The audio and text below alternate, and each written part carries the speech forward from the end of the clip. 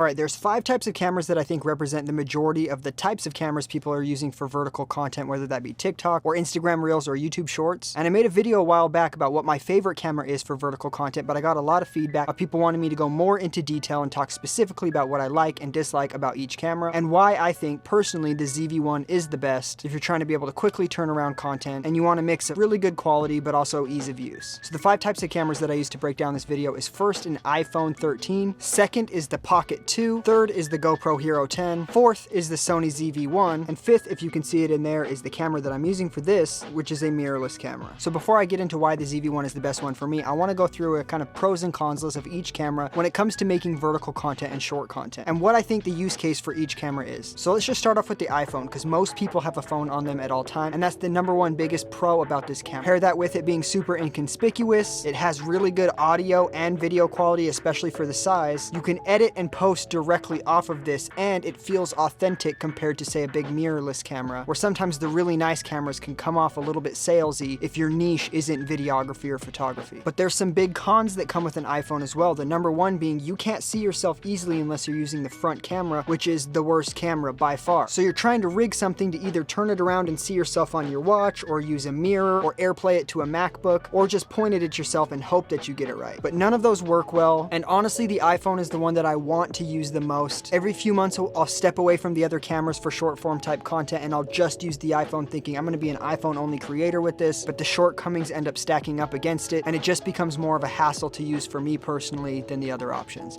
Now if all you have is an iPhone, it's completely fine. You can get everything done with it, but especially with me being in the kind of videography niche, with that being one of my jobs that I do, and with me just being kind of a stickler for video quality, I always want to use that back camera on the iPhone, and it just makes it too hard. The other cons on it is it's really hard for it to handle dynamic lighting. Say something like this. If I'm in a well-lit situation, like I'm outside or even honestly indoors with not as good of lighting, it looks okay. We all know what the iPhone looks like. But the second I give it any professional type of lighting, it really falls apart. And as you can see right here, it just stops looking as good. All around, it's just kind of something that I always have to struggle with. One of the other issues that I have that I don't see most people talking about is you have to manage your personal and your professional content separately, whether that's using a different app or whatnot. But if all of your files are uploading to iCloud, or even if you have that turned off and you're uploading all of your personal files to something like Google Photos, it's easier for those to get mixed in. When you're going to try to post content or batch film content, things can get kind of jumbled up and hard to manage. Not to mention, if you break or lose that device, you're losing more than just a camera. It's that little bit of hesitation that sometimes makes me less likely to create with it. And then by far the biggest issue that I've come across is vertical mounting but using accessories. If you're just tossing it on a mount, it can work really good, especially because it has MagSafe, and luckily this mount gives you enough clearance. But what you'll find is with most of the mounts that are out there, they have horizontal content in mind. So the second you turn it vertical, which they can do, there's no space on the bottom to be able to plug in a cable to get better audio, or even just charge the phone while you're making content. So you're off trying to find like a right angle cable to be able to plug it in, and those are expensive and some of them don't work. And it's those little things that just kind of stack up against it that make it hard to use. Now what I think the phone's biggest strengths is shooting directly inside the platforms, whether it's a talking head video in TikTok or a live stream in TikTok, because you can't live stream on your computer unless they give you the okay and you get your stream code, or it's just quickly whipping up videos together. You're getting a screenshot from Twitter and you're overlaying it with a video that you get from Pexels, and you're adding some music inside of TikTok. The ability to be able to do all of that on your phone is amazing, and I don't think anyone out there would be telling you not to use a phone. And the other strengths I think for it are for family videos, anything that you want to have that phone type of look for, or honestly, another thing I don't see a lot of people talking about it, but using it as a separate audio recorder like this if you're trying to get a farther away shot. Because even though this might look silly to some people who've traditionally made videos try to hide the mic off shot like I have here, people don't really care about this anymore, and you'll see a lot of videos where people are even doing interviews just talking into a phone. So let's switch gears for a minute and talk about the Pocket 2. Now this is probably one of my favorite cameras, but it's probably my least used camera. I love this thing so much, but one of the main issues that I have with it is everything that it can do, one of my other cameras can do and do better. But this is like the Swiss Army knife of cameras in my opinion, and there's a reason that I haven't sold it, and I still do use it on a very regular basis. So the pro of the Pocket 2 is, like I said, it's the Swiss Army knife of cameras. It's super stable even in low light, unlike most small cameras, because it's a gimbal. It has really good image quality for the size. I'm surprised every time I take the files off of this and put them into my computer, it handles more dynamic lighting better than most of the other small cameras that I've tried. I don't know why that is, especially because it also has a small sensor, but it just seems like it handles that change from bright to really dark. And you get great audio whether you're just using it by itself itself or its wireless mic that comes with the creator kit, and not to mention, it's in the name, it's small and it's pocketable. But that small size leads me into my first con, which is the screen is just too small. Even when you're right up next to it, if you're trying to set up a shot, it's almost impossible to see,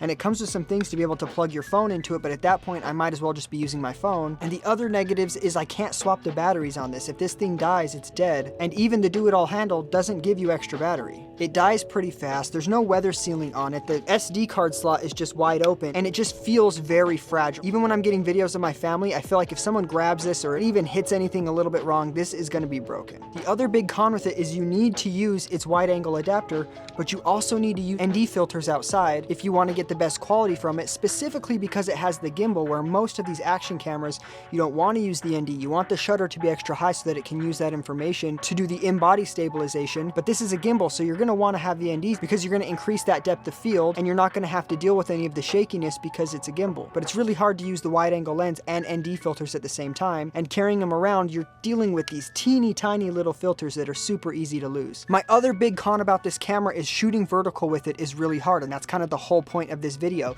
So there's a reason I don't really use this for vertical content. The only mounting point is on the bottom, and if I'm going to put this on a tripod, then I have to turn it to the side. And when you turn it to the side, it does flip the gimbal and it goes into vertical mode, and that's all fine. And that's fine, especially if you're holding it, but the second you're trying to mount it onto a tripod, you're really pulling that weight. And if you're using any sort of a smaller tripod, you're going to start dealing with things tipping over, and you can't move it around as much. If they came out with a Pocket 3 tomorrow where I could triple click or quadruple click this and it just turns the gimbal into vertical, which I feel like they could easily do, I would buy it in a heartbeat, and it might actually beat out the ZV-1 for my favorite camera. Now, who do I think that the Pocket 2 is best for? I think this is one of the best starter cameras for someone who isn't trying to be in the videography niche and they aren't trying to do all that. They just want something that they can easily carry around and make great content with it. Or if you do a lot of time lapses, again, this is amazing. You can set point A, point B, and you can get dynamic moving time lapses. Another huge category is a behind the scenes camera. That's honestly one of the biggest reasons I use it for. So whenever I'm doing a music video project or something like that, I'll give this to someone, and I know I'm going to get stable shots and good shots no matter what. Even if they don't really know what they're doing, it's just click the record button and point at stuff. Another way that I've used this is as a B camera, but using the wireless mic adapter. I was shooting a wedding and I forgot to bring my Rode Wireless Go 2, but luckily I had this on me. I was able to kind of clip this onto what the priest was holding and be able to get good audio of all three people, so it saved the day there. Now the GoPro, one of the most used cameras, and this thing is amazing. The pros of the GoPro is it's super small, inconspicuous. You can get this camera in places that you just can't get other cameras. If you're walking around and talking to it like this, no one questions what you're doing. You're not carrying around a big mirrorless camera. It's waterproof, it's rugged. I've dropped this thing way too many times and I don't have a single crack on it. Not saying it can't crack, I know it can, but luckily I haven't dealt with that. You can also swap out the batteries super easy so that you can toss 4 or 5 of these batteries in your bag and you're good to go for a day. If you have enough light, the steady shot on this is amazing. It's literally like you're on a gimbal. And again, if you have enough light, the image quality on this is crazy. But that gets me into my cons with this thing. This falls apart so fast in anything that's even the littlest bit of low light. If the sun starts to go down a little bit, unusable. Inside, forget about it. You can't use it. It is insane how crazy the difference is when you're using this camera with enough light versus the second it starts to get even slightly dim. The other con of this is it's just too wide and it has that classic GoPro look, and you can obviously punch it into its narrow mode, but then you're losing out on image quality. And sure, it doesn't look as much like the GoPro, but again, if you're doing that, you're most likely inside, so you're making that problem with the image quality in low light even worse. And it just has bad audio quality built in. Now you can get the audio mod that goes around it where you can plug a mic into it and all of that, but at that point you're building out a bigger camera and you're kind of defeating the purpose of what the GoPro is, which is a small, easy to carry around, easy to get in and out of situations camera. Again, if this is all you have, and this goes without saying for every single one of these cameras, if it's all you have, just make content with it. I'm talking about if you're either looking into buying one of them or if you have multiple and you're trying to figure out which one might be the best for you to use for vertical content. The GoPro is also hard to get looking more professional if that's what you need. There's a lot of tutorials online about how to get a pro look or a cinematic look with a GoPro, but it's just more difficult and it's harder to rig out if you need it to. So even though it gets a check mark in the adaptability of being able to put it everywhere, it also gets a negative in the adaptability of being able to kind of build it into something to make it more usable in different situations. Now, what do I think the GoPro is the best for? Obviously anything with action or anything with water. This is one of my favorite cameras to just give to my kids and they can run around and they can do whatever they want with, and I'm really not worried about it being broken. Another great use for this is if you're trying to hide the camera to get either like pranks or reaction shots or anything like that. This can just fit where other cameras can't. This should go without saying, but the best use of this camera is basically outside only or standing directly in front of a big window. You really can't use this if the light gets even slightly dim, in my opinion. Okay, let's talk about the mirrorless camera. I'm shooting on it right now, so it's a little bit hard to show you, but the pros of the mirrorless camera almost go without saying. It's easy to rig out, it has the best quality, you get the best bit rate and the best color depth, you get longer lasting batteries, you get more options for rigging it and specializing it, you get better options for color grade. Just all around it's a better camera. But it's heavier to use, it's more expensive to use, you need bigger equipment, whether that's gimbals, tripods, even the backpacks that you're using to carry it around. It's way more expensive, so there's always that little bit of hesitancy when it comes to using it, especially if you're trying to get a more crazy shot with it. The onboard audio quality in most of them isn't that great. It's not terrible, but when you compare how good the video is to the audio, most of them are lacking behind, especially because they're kind of designed to be used with better microphones anyway. The other problem is it's not inconspicuous at all. There's been multiple times where I've been filming with one and I've been either kicked out of a location or people come up and ask if we have permits to film, especially when I have it rigged out how I do here. So as you can see here, I have it all rigged out. I have a big long shotgun mic, I have the side handles, I have my ND filter here, I have my screen on top that I'm using,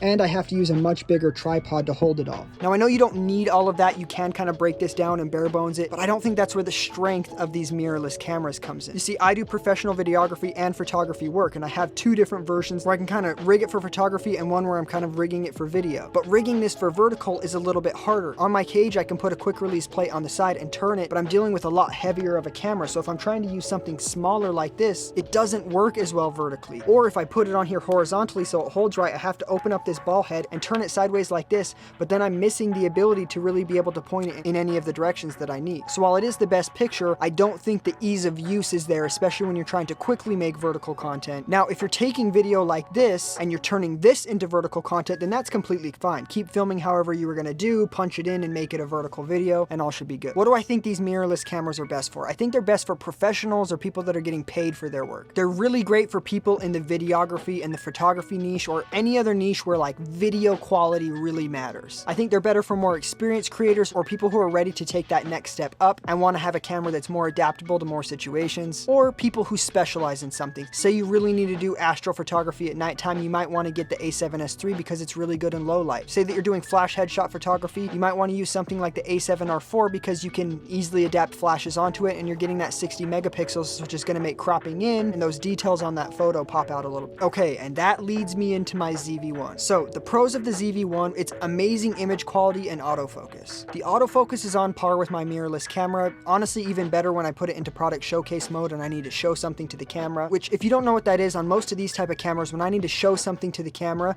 I need to block my face so that it looks for what I'm focusing on and it will eventually grab it. On the ZV-1, there's a product showcase mode that anything that gets close to the lens is going to automatically focus on. It has really good onboard audio and it comes with a built-on windscreen so that even if you're outside, you're getting good audio. Now, it's not as good as having a separate shotgun mic, for example, but it's plenty usable, especially if you're inside or you're close to the camera. The other pro is you can easily swap out the batteries. That's most of the cameras on this list except for the iPhone and the Pocket 2, but it goes to mention here that these batteries do last a little bit longer for me than say the GoPro batteries do. It's pretty easy to rig out as well if you need it to. As you can see here, I have a little side handle on it and I have a couple quick release plates on it, which I'll get into in a second. I do get some of those color grading profiles like HLG, and while the GoPro does have its Cine-like and the Pocket 2 does have its Cine-like profiles, I just don't find them as usable as I do the ZV-1 and especially the mirrorless. A couple other things to mention is this is super easy to use as a webcam. I can just plug it directly into my computer and it shows up as a webcam. I have a built-in zoom lens on it, so it's easy to get different types of shots without losing image quality. Like on the mirrorless camera, you can do that with something like the 16-35 or the 24-70, but it's nice having it just built right in. And on the GoPro, it's just kind of a digital zoom, and same on the Pocket 2. On the iPhone, you do get 3 lenses, but the main wide angle is the best quality on the back, and the other lenses don't work that well unless you have a lot of light. The other thing I like about this camera is it's easy to just shoot in auto if I hand this to someone and they don't know what they're doing, or I can have a couple profiles set, and if I want to get more professional shots in a pinch, I have the ability to do that as well. My favorite thing about this camera for vertical content is when I have this side rig handle on it and a quick release plate on the bottom, it feels almost perfectly balanced on any tripod I put it on. It's not super heavy like the mirrorless where it feels like it's tipping over or feels like it's just too heavy in a vertical position for a smaller tripod like this, and it's not awkward like the Pocket 2 where it's hanging off the side like this and trying to tip over. Now, the cons of the ZV-1 are it's a lot bigger than the GoPro, it's a lot bigger than the iPhone, it's bigger than the Pocket 2 in the sense of it's kind of chunkier, the Pocket 2 is easier to actually fit into a pocket. It's pretty close in size to the mirrorless, so if you're carrying this around and you have and you have a mirrorless camera, you're not far off other than the lenses that you're probably using on your mirrorless camera. But if you're using a small kind of pancake type lens, then you're getting pretty close to the size of this. The other negative is that you kind of have to rig this up to make it usable. For the first 6 months of me having it, I didn't have this wide angle lens on it, and for any kind of like talking shots, it just made it a lot less usable. I'd have to push it back far enough so that it didn't feel super tight on me, but then the audio on board was a little bit worse quality, and I was honestly thinking about selling this. I had someone borrow it for a few months, but once I got the wide angle lens attachment and I got the ND filters that are built right on, so I can just kind of twist it like this to get ND, it changed everything for me. And there is built-in NDs into this, but when you actually go outside in the middle of the day, it definitely doesn't do enough to be able to combat the sun. And the final negative about this for me is it doesn't feel very weather sealed, kind of like the Pocket 2. If it started to rain or snow or anything like that, this is going in my pocket and not getting pulled out at all. I could be wrong about that. I mean, it feels heavy and stuff, but it just doesn't feel like it could withstand any weather. Whereas my mirrorless camera is weather sealed, the GoPro and the iPhone can just be put into water. This and the Pocket 2 you have to be much more careful with. So getting into what I think the ZV-1 is the best for, I really think this is the best starter camera. I have some friends that are getting into videography, photography, and social media work, as well as even my nephew, and this is the camera I recommend to all of them. It's a good size, it's easy to use. You can grow with this enough so that you can go right from here into like a full mirrorless camera. It's adaptable. If you are a creator and you aren't sure exactly what you're going to want to do quite yet, but you know you just want to make content, you can do photography with this, you can do video with this, you can do live streams with this. It is one of the best vlogging and product cameras because of how good the autofocus is, especially with that product showcase mode. And for vlogging, they have a defocus mode where if you don't know what you're doing, you click one button and it gives you that blurry background look that so many people who vlog want to have. But even if you're not just starting out and you're like me and you've been making content for a long time, I think the ZV-1 is something that you might want to consider picking up. That's where I want to get into my workflows and why I think the ZV-1 is the best for me. So for me and my short form content, what I'm usually doing is tutorials for music and video and photo, as well as talking head content, live streams, and things like that. And this is the perfect line for me between high quality and ease of use. Now I know you've heard me say high quality a lot. Each of the cameras are high quality, but what I mean is when you look at the image from this, average person would have a really hard time telling the difference between this and a mirrorless camera. Anybody who's pixel peeping or who knows about this stuff, it'd be pretty easy to tell, especially if you start pushing the colors a little bit, because the newer mirrorless cameras being able to record in 10-bit and 12-bit, you're getting a lot more color information than you're getting out of this. But still, this is a great camera, and the other reason for me is it's easy to adapt in so many different situations. It's small enough that I can use it in a lot of different spots, and conspicuous enough that no one really worries about what I'm doing if I'm just talking to myself like this. And it's a great camera to pair with my iPhone, because let's be realistic, no one's getting rid of their iPhone to get a ZV-1. You're always going to have this on you anyway. You can always make content with this. Between these two, I think it's one of the most powerful combos that you can make. You can shoot on here, you can edit in here in CapCut, you can have it do automatic captions, you can upload it directly from here. This is an amazing combo to have. And that gets me into my other part of this, is I have all of these cameras. These are all cameras that I purchased with my own money. So for me, I don't need to use my mirrorless in the situation that the ZV-1 would be better. I don't need to use my ZV-1 where a GoPro would be better. But if you're just getting out and you're just getting started, you might want to get something that can adapt to a lot of situations. If you've been shooting on your phone for a while and you're ready to move on to something else, the ZV-1 might be a great option for you if you're a little bit intimidated by a full mirrorless setup and you don't want to buy everything else that can come along with that, like bigger tripods and some bigger ND filters, and everything for mirrorless cameras just seem to be quite a bit more expensive than the smaller versions that you can find for something like the ZV-1. Biggest one for me for the ZV-1 by far is this is the camera that makes it fun for me to make content. I made about 50 TikToks and Instagram reels on each of the different cameras. I never had one person say, oh, it looks like you're using a lower quality camera here, or this video sucks compared to this video. The average person doesn't know if I'm using a GoPro or a Pocket 2 or a ZV-1 or a mirrorless camera. It's about which one you'll use and find the funnest, because at the end of the day, if making content is fun, you're more likely to do it. And if you're more likely to do it, you're more likely to get more content out, and then you're more likely to see the growth that you're wanting to see. I have a friend on TikTok who grew 25,000 followers in a couple weeks, and he's only using his iPhone. For him, the iPhone is the best camera. It's the one that he's always willing to use. He'll pull it out of his pocket and film it anytime. And so for him, instead of investing in a ZV-1 or a mirrorless, he's investing in easier ways to make iPhone content better. He has microphones that work better, some MagSafe sticky attachments that he can stick up on walls so he can put his phone anywhere. He's learned how to dial in the lighting, and he's just learned the iPhone, so he doesn't see the need to move on to anything. But I come from a background where I'm used to shooting on big DSLR cameras, mirrorless cameras, cinema cameras. So for me, I am still kind of a stickler for image quality, but I do see the value in the ease of use from smaller cameras, and that's what made me land on the ZV-1, because it gives me enough of the image quality where I feel satisfied, but it's also easy enough to use that I don't feel like I need to take a whole bunch of gear out somewhere and set up a bunch of stuff to shoot. I think it's just whatever tool is best for whatever job, and there's a reason that so many professionals use a GoPro, There's a reason that so many professionals use these mirrorless cameras, and there's a reason that so many professionals still use their iPhone in certain situations. With that being said, that is why I think the ZV-1 is the best for me. Let's get into a couple attachments that I think you should really look into getting if you're going to get a ZV-1 or if you already have one. The first one is going to be this small rig side handle. That allows you to have multiple quarter 20 threads on the side where you can attach things like quick release plates. If you just use the camera itself, the second you put a quick release plate on,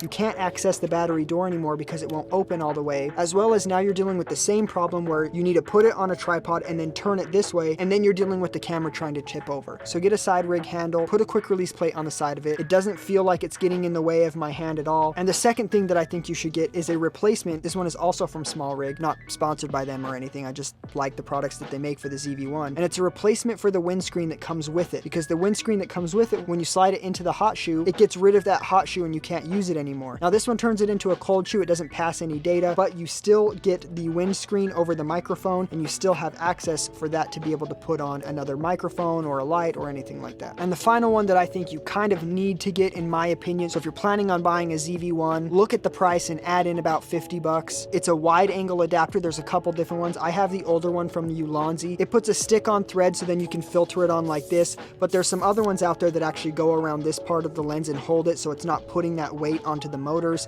which might be a better fit, so you might want to look into that. I'm considering buying it, I just haven't yet, as well as an ND filter. Now I put the ND filters behind my Ulanzi lens, just right here, and this is an ND2 to 400, and that gives me more than enough ND so that if I'm outside in the middle of the day, I can still get those nice blurry background cinematic shots, if you will. With those few attachments and a good tripod, something like the PGY Tech Mantis Pod, which is my favorite small tripod because it's strong enough to hold even my big mirrorless camera. It comes with an adapter to use your phone. This little pull down tab right here, this is why they call it the Mantis Pod. I don't know if you can see this, but you can quickly mount this camera anywhere. So unlike the Gorilla Pods that you might have used in the past, where the legs are really tight and hard to use and eventually your camera tips over, you have nice, sturdy, strong legs, but still have the ability to hang it off of something and get unique shots if you need. But this is how I have my camera most of the time. I've had a few people ask me my full workflow for vertical content when it comes to shooting it, importing it into the computer, and editing it, as well as my camera settings for the ZV-1. If you guys want to see that, put that in the comments below and I'll make that one next. I hope this clears up any of the confusion of what I had before, because in the past video I was kind of like, this one's great and convenient, this one's great and convenient, and it seemed confusing. I appreciate you all watching. Peace out.